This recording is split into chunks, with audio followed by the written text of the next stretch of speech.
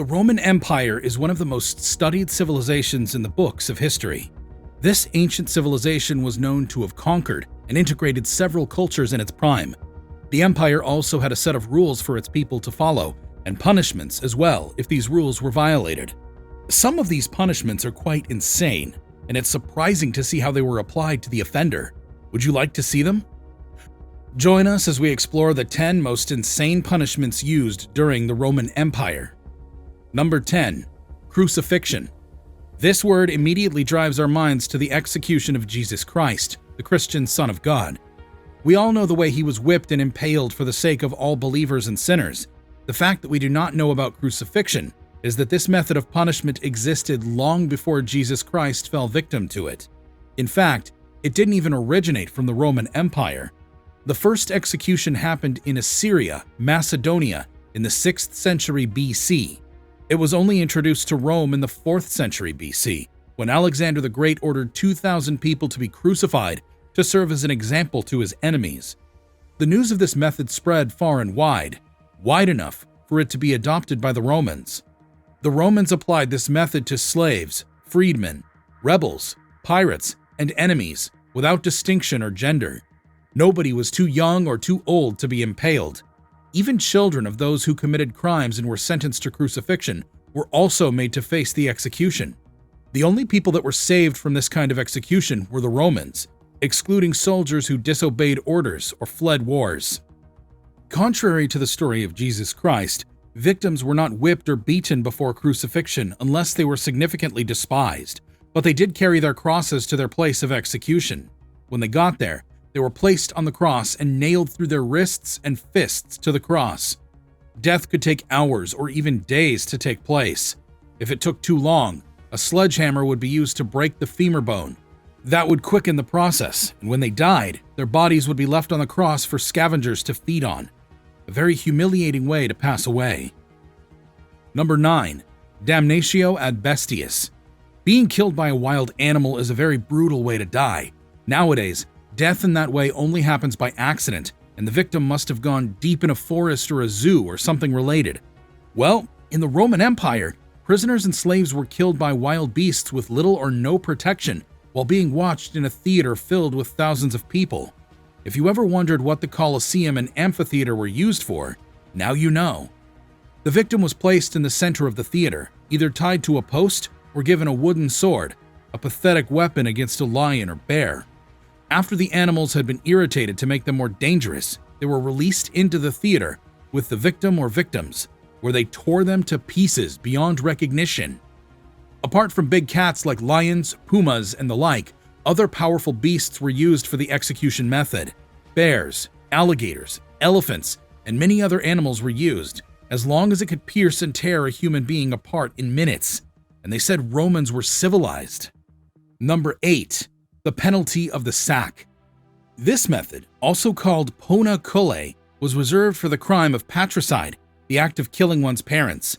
The children who committed this crime were considered the worst people and would suffer the worst punishment the gruesome Roman Empire had to offer. Although, when turned around, the father would not receive any form of punishment because the head of the family was in control of all its members and their lives. Children who committed the crime of patricide were the worst scum in the Roman Empire. The penalty of the sack isn't the worst punishment in the Roman Empire for no reason. Before the execution takes place, the condemned is whipped until his whole body is filled with marks. After that's done, he's stripped of his clothing and only given a wolfskin cap and wooden shoes to wear. When this is done, he's put in a sack with 4 animals. You might think this punishment is better than being eaten by wild beasts, but I assure you that this is not preferable. The animals in the sack aren't just picked randomly and put there. They all have their significance. The snake signified the crime of patricide. The rooster was perceived as a brave animal capable of facing a lion. The monkey is seen as a caricature of a man, and the dog was an unclean animal to the Romans. These animals are sewn into a sack with the victim. The journey to the sea always lasts a few minutes or a couple of hours, and in a bid to escape, the animals bite and scratch the victim. Sometimes the victim is even killed. If that doesn't happen, the water will definitely finish them off. A very gruesome way to go. Number 7. Buried alive. This method was dreaded by the women who belonged to the Vestal Virgin Society. The Vestal Virgins were women who submitted themselves, body and soul, to the goddess of fire and home, Vesta. Due to the fact that they are considered the daughters of Rome and pure beings, they're forbidden to have any relationship with a man. Anyone who's caught will suffer the experience of being buried alive. Being buried alive doesn't necessarily mean suffocation in the earth with loads of sand over your head. It could mean being locked up in a small underground room with a sofa, a lamp, and food to last a few days.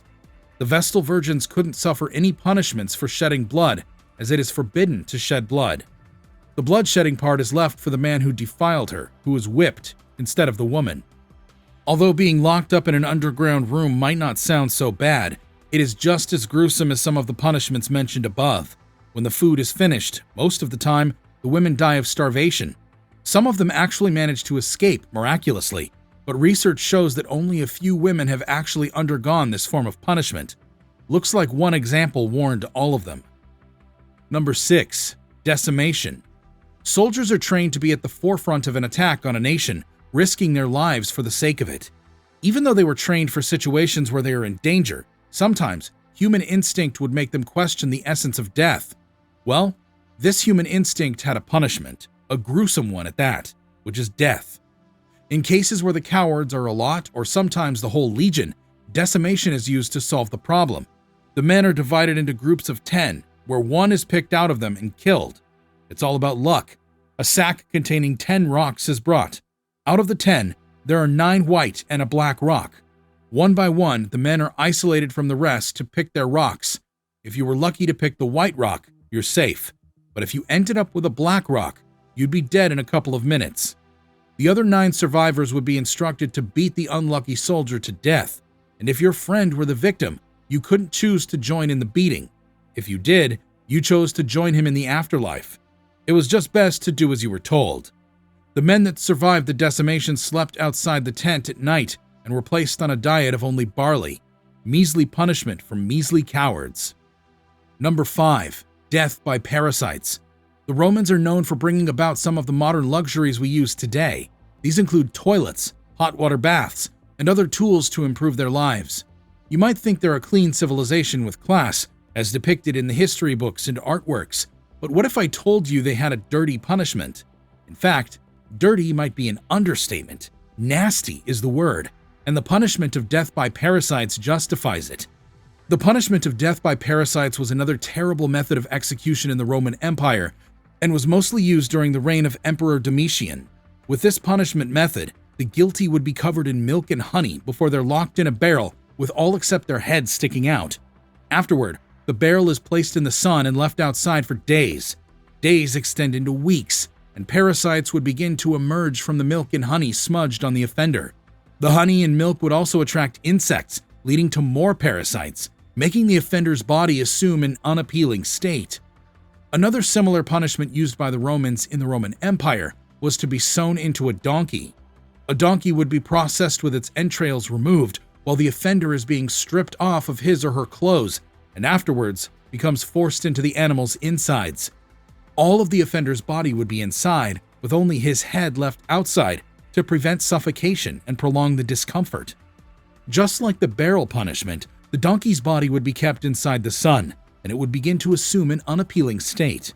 At the same time, the sun's heat increases the discomfort of the living victim, and animals like vultures come to peck at the animal's decaying flesh. It must have been one hell of a sight back then. Number 4. Cauldron torture. In history, there were proofs that showed that the Romans took torture as a form of entertainment. This is why most gruesome events were held in the Colosseum, but sometimes other forms of torture were done in a close space. Most of these tortures were carried out by executioners, and they mostly used animals to carry out the suffering. The cauldron punishment also has an animal as one of its tools to inflict its punishments. For this particular punishment, a starving animal like a cat, rat, or dog was put inside a small cauldron. Afterward, the cauldron's opening was then fastened to the offender's belly. After it is fastened tight, the executioner then carries a flame stick and holds it to the back of the cauldron, making the inside extremely hot for the animal trapped inside.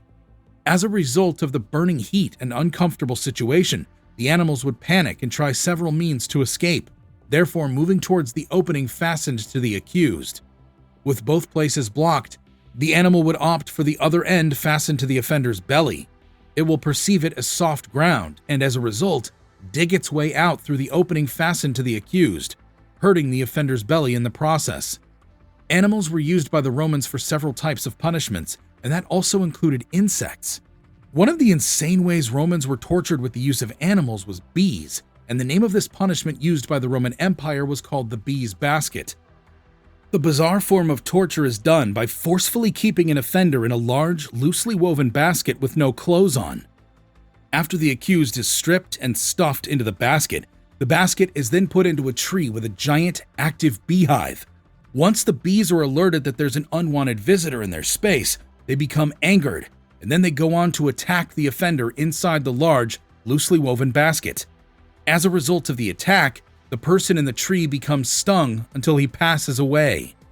At times, the accused might suffer the bee stings till he can no longer withstand it, and sometimes there are also cases where the offender is allergic to bees, which just speeds up the absolute torture that comes with the attack from a swarm of bees. Number 3. Burning in oil. Another one of these terrible Roman execution methods that were used during the era was boiling in oil. Unbelievable, right? Well, they were enjoyed by a confident, crazy man that ruled the Roman Empire, Emperor Nero. The infamous Emperor Nero is well known for his animosity against Christians. He believed that Christians at the time were members of a dangerous cult who were probably looking to overthrow the government. Nero also blamed them for the great fire that happened in Rome. Since then, Christians have been known as a public enemy and were punished for it. To prove he was against Christians and their values, he laid down these forms of torture and used them to capture Christians as part of his campaign to accuse them of being the cause of the Great Fire. While his executioners imposed this torture on his captives, Nero is known to sit back, relax, and watch the entire event unfold like he's watching a blockbuster movie. However, the execution method wasn't used after Nero's reign, but it was made legal again by Henry VIII in the year 1531. This time, it wasn't only for Christians who were punished by boiling. Several people suffered this horrible fate after being sentenced to death for poisoning people. Number 2. Public dismemberment. As it turns out, the history of same-gender love has been happening for quite a longer time than we thought. Well, the Roman Empire has a punishment for that too, when caught. In ancient Rome, there was a standard that gave people in the empire certain powers. One of them is the higher your status or prominence in Rome, the more people you're permitted to have the forbidden act with, no consequences attached. For example, the emperor can get on with anyone he wants. A general could decide to make a move on a lieutenant or an ordinary citizen, but not the emperor. Soldiers as well can chase ordinary citizens. As weird as this sounds, climbing up the social ladder in the ancient Roman Empire was forbidden. This means that only the superiors remained the superiors, and the slaves and other low-class Romans remained the same. As a result, it was a crime for a typical citizen of the Roman Empire to get on with an unwilling soldier. If that happens, the punishment for that offense is public cutting off. Yeah, in front of the entire public. If the soldier willingly let the ordinary citizen get on him, he would be publicly disemboweled. These rules were quite challenging at the time, based on the fact that true love between men was rampant in ancient Rome at the time. As a result, it was very easy for anyone to accuse a man of breaking rank or willingly giving in to penetration by a man of lesser status. That really messed up the situation with this punishment in place. Number 1. Strangulation. This might seem like a lie or hard to believe, but it remains a fact that was strictly obeyed throughout the Roman Empire. It was a big taboo to spill blood inside the ancient city of Rome, except for when in arenas like the Colosseum.